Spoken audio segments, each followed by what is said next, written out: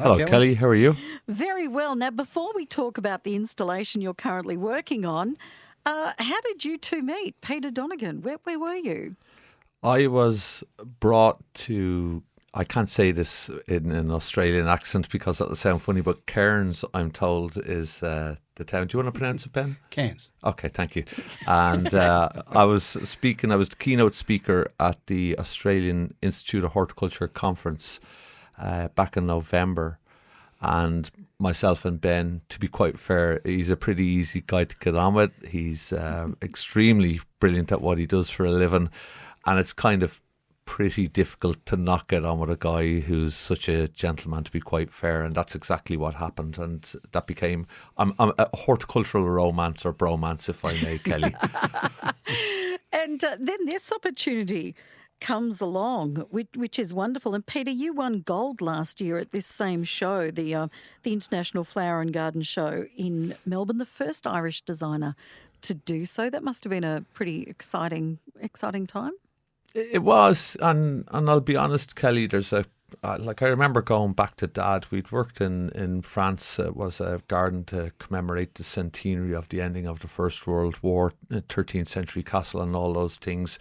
In brackets, you call it tall poppy syndrome. We call it my dad. And I came back and Dad sort of asked me how I got on, but you know, I didn't get to answer the question. He just told me to cut the hedge out the front and he might make me a cup of coffee. So I say that jovially, but ultimately last year the story was of a grown man, in this case Irish, some say loosely based upon myself, who couldn't tell the woman of his dreams the three magic words, and she would never arrive on the island until he did. So you're caught in this sort of cyclical wonderland that is sort of bittersweet in a sense, and translating that daydream into a garden where judges come on to the space, and honestly they're not easily achieved, but yeah, gold, and what a beautiful journey to be a part of, myself and Martin Semkin on that occasion. So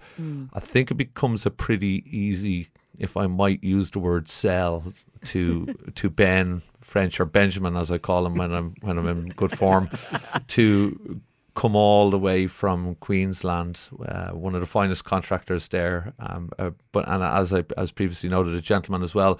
And you need that sort of dynamic. I double underline that bit where you're genuinely skilled at what you do, but you also have that ability to, if I may, 40 people caught within a 150, 200 square meter space, 18 hours a day for 9 days solid. You need to be able to,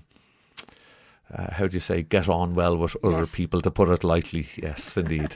That's an intense period of working together. So, Ben, what's it like to get this kind of experience?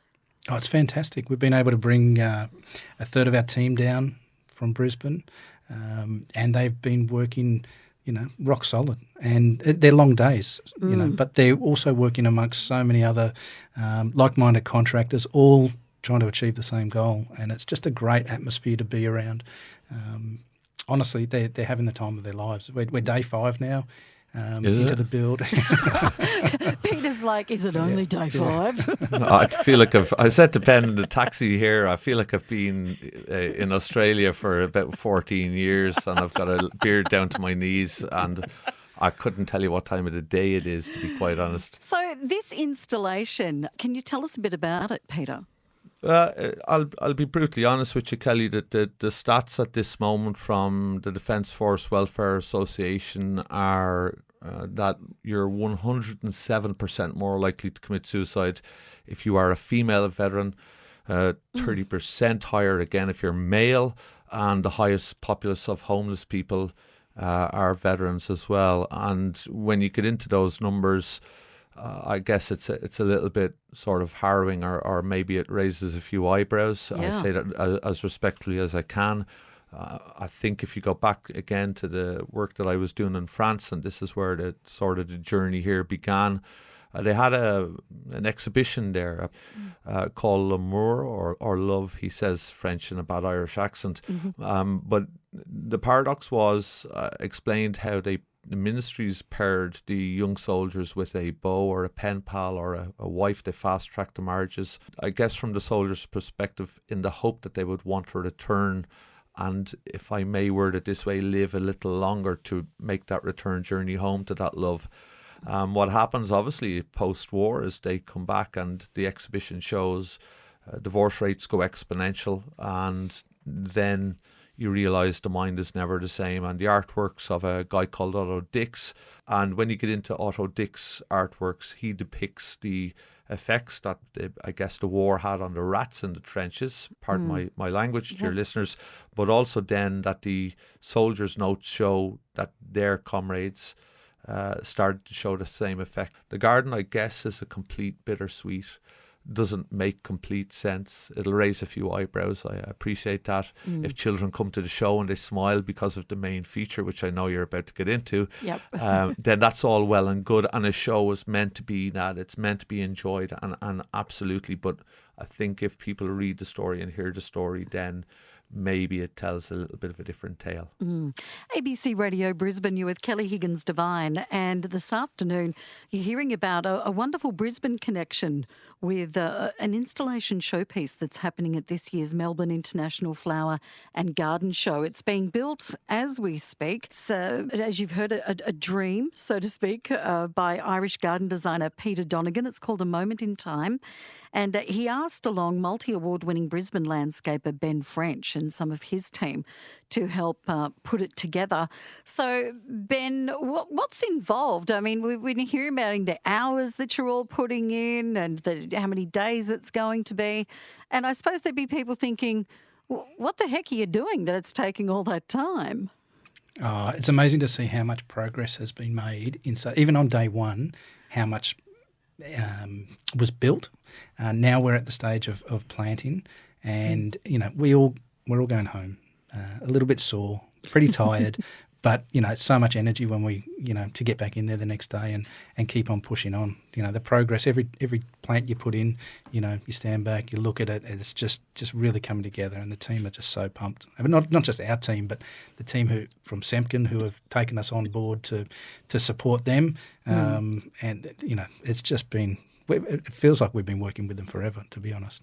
Has it inspired you to do more of this kind of work somehow? Oh, yeah. I mean, we've had open gardens in the past, and they've been great in and around Brisbane. But yeah, if we could do a show garden in Brisbane or Queensland, or it would be a great opportunity to put what we're learning to good use. So yeah, it's.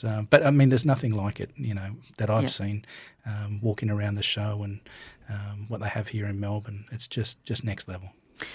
So, Peter Donegan, one of the main aspects of this particular installation, A Moment in Time, is a Piper Cherokee. Where does one source a Piper Cherokee? Well, a Piper Cherokee aircraft it starts with ultimately me asking, can I put an aircraft into a garden, to which, to my surprise, they said yes. But then I asked them, could I put the Cherokee 3.5 meters above head height? And then I wanted it lit up at night time. And then the list sort of goes on. The Cherokee is a real funny one because we found a plane number one. So I asked, can I do it? Then they ring me the next day and say, we found you an aircraft. Then they ring me the next day and said, you'll never guess what we got. And this is two kids in a sweet shop going, we can have as many lollipops as we want. And it's, the first time you hear that, it's magic stuff happens. But coincidentally, the aircraft is from the Royal Australian Air Force Richmond Flying Club. And this is where the story really begins, because when you get into the Richmond Flying Club, which I did, you realise that their own remit is that they're sort of like a men's shed, I hope I word this correctly, for veteran pilots who've returned, and a place to socialise and a place to talk. And I can tell you for nothing, grown Irish men, based on my previous garden, obviously aren't great at saying how they feel. And when I speak again to veterans and people who know veterans, Ultimately, there are things that they don't really speak about, and my dad was a little bit the same. And if I base this loosely on my own dad, who just after Mum passed, for that sort of mental side of things, you found that the washing sort of got stacked up on the table. The cup was cracked, but it held a liquid, and so it was okay. And then my 4 sisters would magically come across and sort of make the place all ship-shape again. And that's kind of when the journey of the garden really started to begin. And we set it in 1984. It's obviously set in Southeast Australia because we've got to take it seriously as a show garden, and judging rules are extremely strict and stringent. And we set him at 40 years of age, and in this cabin, log cabin if I may, but it's not a log cabin. So we're now sourcing 40-year-old wood that is still in perfect condition. The grass they started growing for the roof of the cabin last November, September for me, but they started sowing weed seeds into it then, so it would look a little bit unkempt. The plant should have been cut back maybe about a year and a half ago, so the directive to the nurseries was not to have them perfect. And we're also in the list of plants, which is from 1984, which is as close as I can get to Cliff Richard and corduroy beige or pink trousers, which is not a sight you want to see any man in, never mind an Irish fella, and quite a beige grey time, even if you wear a Wham fan. Oh my gosh, you've taken us all back. I know, I'm sorry about that, Kelly. No, don't apologise. And a happy St Patrick's Day for Sunday. Lá le farach sinna díobh gur mé mágad. Thanks, Kelly.